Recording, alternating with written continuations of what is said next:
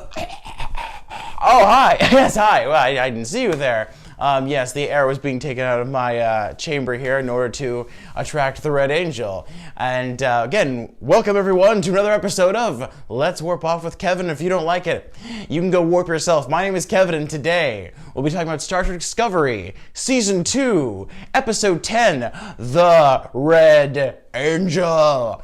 The Red Angel has finally been revealed. Section 31 is still doing some weird stuff, surprise, surprise. And a lot of great personal character interactions and growth as well. What do we think about all that? Well, stick around and find out.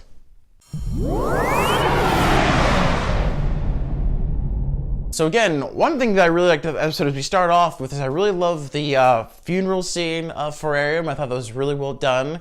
And again, very reminiscent of us, the end of Star Trek II, sort of Wrath of Khan. We see Ariam's body getting, shot out into space. And also, as well, we hear Saru singing. And as I was watching the episode, I was actually wondering whether or not, was he actually singing during that? And according to Twitter, Doug Jones actually did confirm that he was actually singing, that is his real voice, and he was singing in Kelpian, which is the first time I think we've actually heard the Kelpian language being spoken. Actually hearing the dialect and everything, so I thought that was a really cool, nice little touch there. And the fact that Ariam's body also is being shot off into space kind of makes me think, well, if they really wanted to bring her back, maybe they could.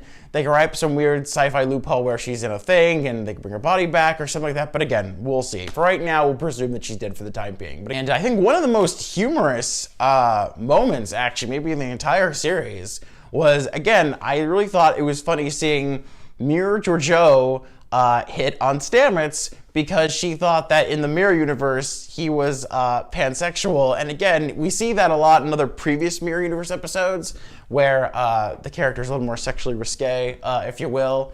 And so I thought that was a great call to that. And then she says, oh, we had DEF CON level fun together. I thought that was a great Star Trek sort of pun.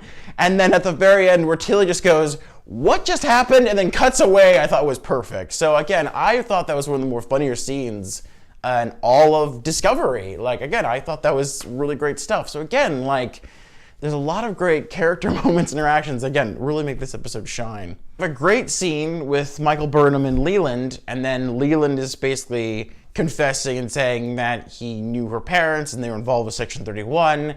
And then she sort of, hits him and sort of punches him and all this stuff, and he gets all blood all over him and everything.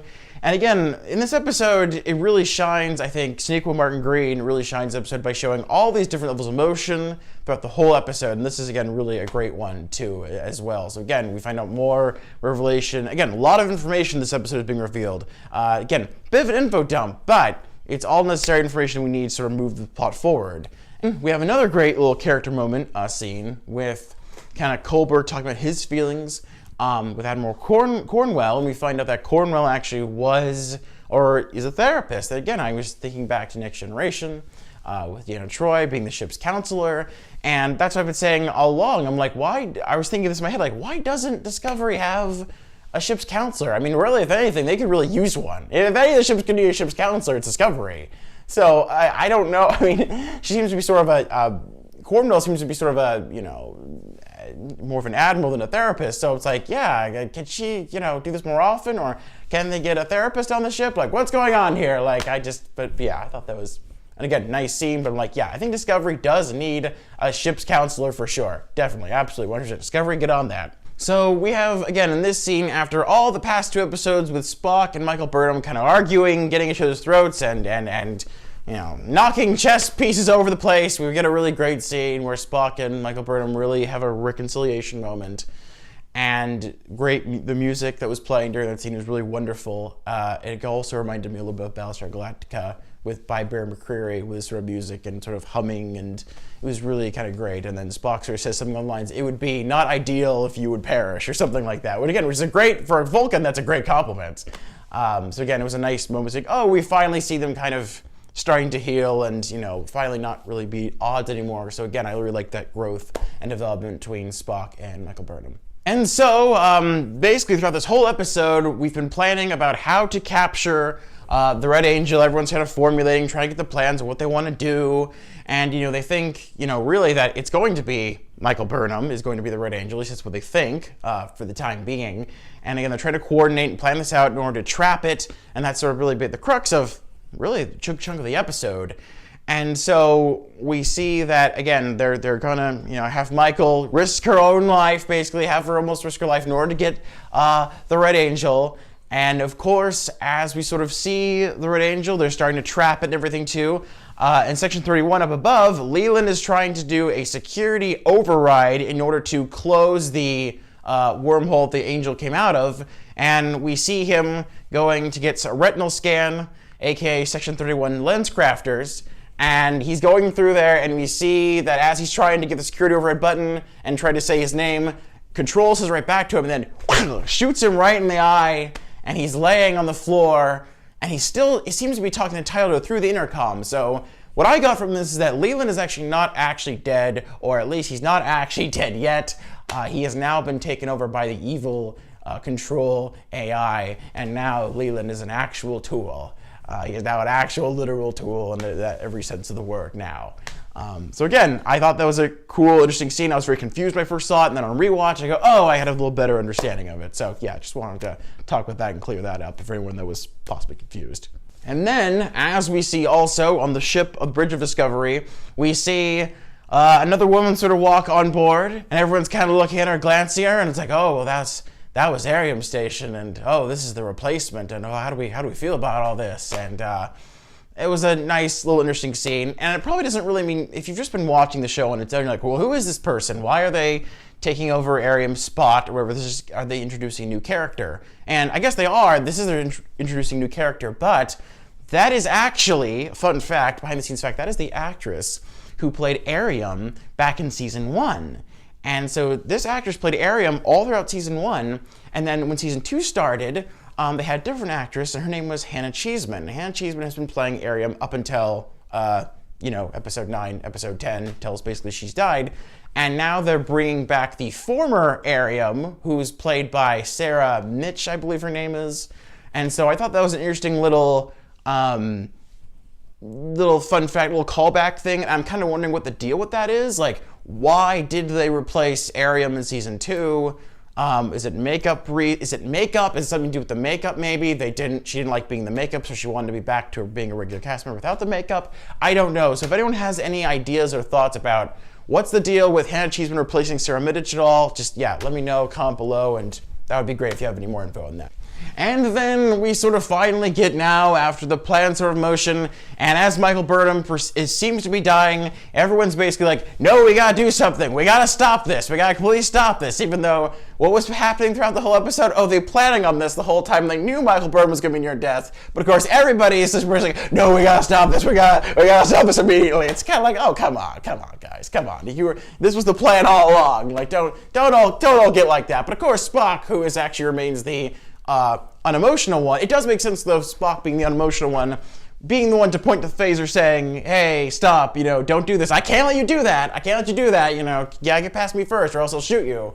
So I feel like that was very in character for Spock to do that, because he pretty much was the only one. He was the only one, basically, that was like, no, we have to go through this plan. Well, everybody lost their emotions and minds. Even Miro Georgiou, the former dictator from the Mirror Universe, even was kind of like losing, which I thought was kind of interesting as well. So, yeah. And as again it continues, and as they sort of are trapping the Red Angel with all its beams and everything, a lot of beams going about. The Red Angel shoots a beam and heals Michael, and they shoot their beams. It's beams everywhere, so many beams.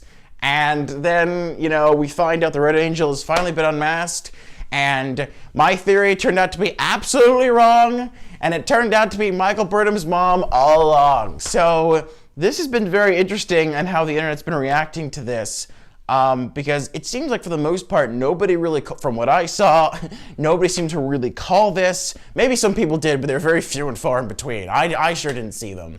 And I guess I was close as far as the genealogy is concerned. I guess maybe I was the closest, but that didn't turn out to really be the case. And again, I think it's very interesting. Some people think it's out of nowhere or it's a fake out, but if you really think about it, if you're go back watching these season 2 episodes, they've been, how many times have been saying, Michael Burnham's parents, they're dead. Do you remember they're dead? Look, we'll show you the scene where she's hiding in the closet, they're getting shot, but you don't see them, but they're dead. And we're going to keep broadcasting you and telling you that they're dead over and over and over again. So it seems like they've been broadcasting this and basically planting these little seeds along the way saying, you know, making such a big deal about her parents, how dead they are, and how they can't possibly come back because they're dead. So I feel like this was, in hindsight, now it feels very obvious. Like, oh, they were obviously letting us know that the Red Angel's going to be either Michael's mom or Michael's dad or something along those lines. Because just again, throughout this season, they've really been hammering that home. And I just feel so, just like, I can't believe I missed that entirely, and I should have seen that coming or hinted at it, but no, I was not even close, and I was so dead set on being Michael Burnham, like everyone else in Discovery thought. I was so dead set on that, but no, wasn't the case. So in that sense, I feel like it was good in a way, because I feel like myself and a lot of the internet were predicting it to be future Michael Burnham. So I'm glad that I was wrong in a way, and I'm glad the rug was pulled out from under me. So it did make it a little more fun and more enjoyable viewing experience. Because if it was future Michael Burnham, I feel like we'd all kind of be, oh, it's just like we all thought, and it wouldn't be, you know, it would be very anticlimactic. I feel like more so, even if people did think this was. I don't really think that, and so I feel like it would be worse if it was future Michael Burnham if I was right. So anyway, so again, those are my thoughts on that, and I feel like it did work very well. And again, we got a lot of great character action this episode.